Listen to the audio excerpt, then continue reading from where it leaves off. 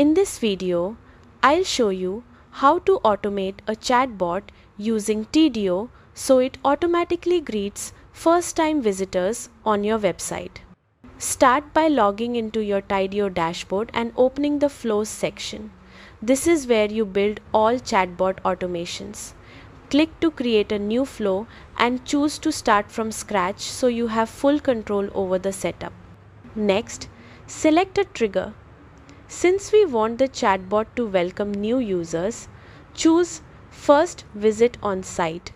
This tells Tidio to activate the chatbot only when someone visits your site for the first time, which is perfect for making a strong first impression.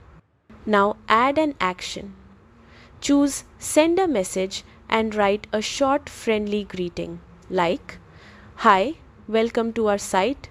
How can I help you today?"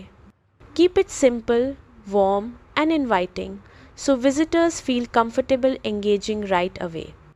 Once your message is ready, save the flow and activate it.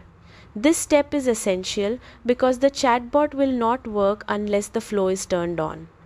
That's it. Your Tidio chatbot is now automated and will automatically greet first-time visitors.